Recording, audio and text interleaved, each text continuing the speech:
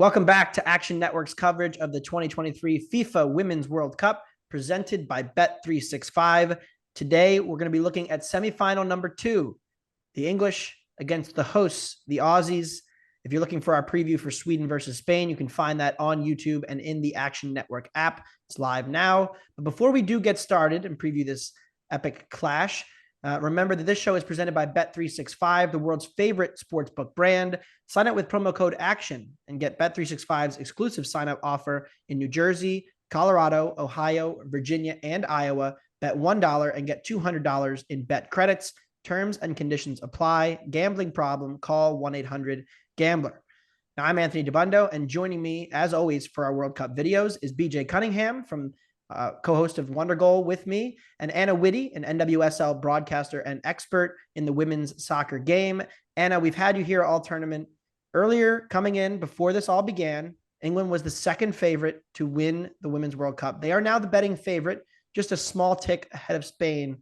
I think we're all in agreement, though, that England has certainly not played at the level that we saw at the Euros last summer, and they have not really put together convincing performances. How do you assess England, given that they had a pretty friendly path, but have not played their best? Yeah, to your point, England has had a fairly easy path to the semifinals. Granted, they've won every single game to their credit. And I like the formation that England plays. They play with 3 in the back, which means they really trust their midfield and their forwards to be the players that hold the ball and can sustain the attack. When you have such strong players on the field, I think playing in the formation that England is in is giving them the success. That being said, without Lauren James in the attack, this English side has had to change things up. Moving Rachel Daly into an outside back winger position is not normal for Rachel Daly, who normally plays in a false 9 role. Additionally, this England side is really physical. They like to get stuck in. They'll do whatever it takes. They're super gritty. Chloe Kelly comes off the bench and adds something to this England attack that allows them to do their thing. Even though they find themselves in situations that are not typical for this England side in defensive areas, I think they've done a good job of getting to this point and exploiting other teams by using success that they have coming off the bench and also talent that they have on the field playing. They're pretty, I would say England's a pretty tactically strong team, and they like to possess, but overall, I think they just want to go forward and beat teams physically. BJ, we talk about expected goals a decent amount on our show. England has the 9th best expected goal difference in this tournament. Yeah. You know, when you look at England, what do you make of their run to this point, and how do you assess their matchup against the Aussies, given, you know, that they had a good win against Colombia, come from behind win, but it never felt like England was in total control of that game. And the matchup against Nigeria, they were really outplayed. Like, what do you make of this team, given that this is just not the same level of talent they had when they won the Euros last year because of all the injuries? Yeah, I mean, the offense has certainly been not great here for England this entire World Cup. You know, if you look through their group stage, they obviously put 6 past China, but they were not impressive offensively against both Haiti and against Denmark. And then, you know, they created under 1 expected goal against Nigeria for a full 120 minutes. And then for this match against Colombia, if it wasn't for the Colombian goalkeeper spilling the ball in the area and England essentially tapping it in right before halftime, I mean, that shot had an XG rating of 0.84. England only created 1.5 expected goals for the entire match. So outside of that one mistake, England created pretty much nothing of value for the entire 90 minutes against Colombia. But we should also give England credit where credit's due, because they have been good defensively. The match against Colombia, they limited them to only low quality chances, because Colombia, 12 of their 15 shots came from outside the box, and they only created about 0.6 expected goals. Now, on the flip side of that, Australia, I mean, that was an epic match against France. It was, you know, obviously very back and forth. France come out and blitzed them right away. Australia swung the pendulum after halftime. But outside of the match against Canada, I don't think you can say Australia's really had an impressive offensive performance. We still don't know what's going on with Sam Kerr. She did play over an hour in this match because it went to extra time, but she only got 1 shot for the entire of 60 minutes. So she hasn't really been effective. But to Anna's point, I'm very interested to see in this match, because England, I think they will be the ones controlling more possession, because Australia wants to play out of 4-4-2. They can play very, very transitional when they're playing against teams that hold higher possession. And these two teams played right before the I believe right before the World Cup. Australia ended England's long unbeaten streak right after the Euros. They beat them 2-0, although Sam Kerr did play for a majority of that match. England won the expected goals battle there, even though they lost 2-0. So this is a very interesting match tactically. I think England will hold the possession, but they've also been a really, really good defensive team throughout this entire World Cup. So if you had to have me pick of who's going through, I think I have to pick the Aussies because they're at home and they have been, I'd say a little bit more impressive than England. I just don't think you can trust this English offense right now with how inept they've been trying to create high quality chances.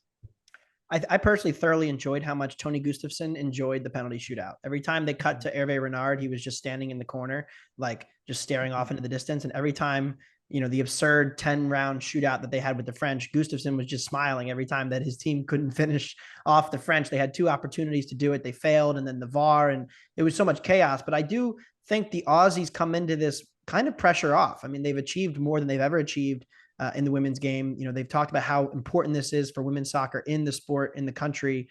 And they're in the semis now, and they're once again in this underdog role against a traditionally better footballing team. But Australia's been pretty well organized defensively and has looked dangerous in transition. I mean, Mary Fowler, her finishing touch was not great against the French, but she got herself into a lot of really good positions. And that encourages me for them potentially against this English team, because I really think that Nigeria kind of laid the blueprint on how you beat England.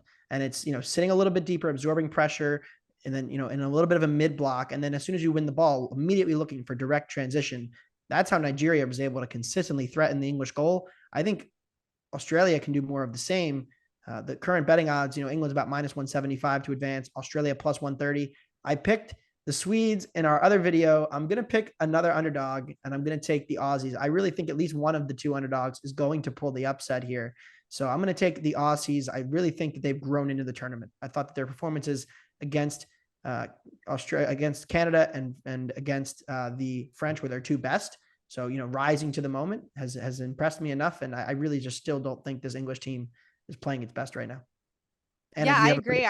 I think that Australia and this England game is going to be extremely physical. Australia has proven that they're okay getting stuck in. And to your point, PJ, this Australia side, they play in this 4-4-2. They like allowing teams to come to them, and then they step. They have Emily Van Egmond playing up top with Mary Russo. And in NWSL play, Van Egmond plays in a holding midfield role. So she's okay with allowing players around her to be the goal scorers. She's up there to be a facilitator. And even though she's not super fast, she doesn't do anything flashy, she gets the job done for this Australian side. Additionally, against this England side, I think Australia has to continue to go down the wide areas and really exploit what England doesn't have in that 3-back, which is true outside backs.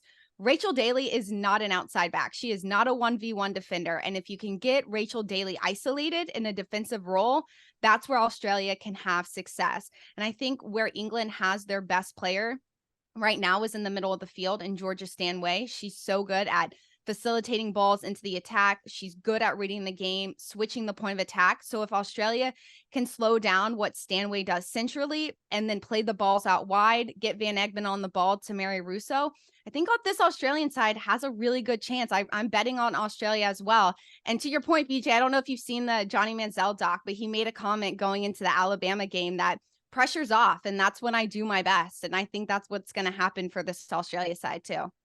I actually just watched that last night. So yes, I have seen it. Yeah, you like that? I loved it. I thought it was great. I thought it should have been like 5 episodes. I think they jammed way too much into an hour. I would love to know more about what he's doing now. Yeah.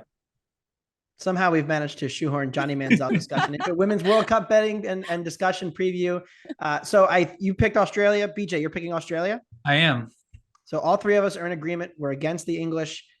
We have kind of been an anti-England show a little bit, but I still don't think they've proven it to me, and they certainly haven't proven it to either of you either. So the Aussies to make the final, that's our favorite pick for the second semifinal. Like I said before, if you're looking for our preview for the first semifinal, where we have differing opinions, you can check that out on our YouTube on the Action Network, as we previewed Sweden against Spain as well. We will be back to preview the final. Thanks again to Anna and BJ for joining me. This has been more Women's World Cup coverage presented by Bet365.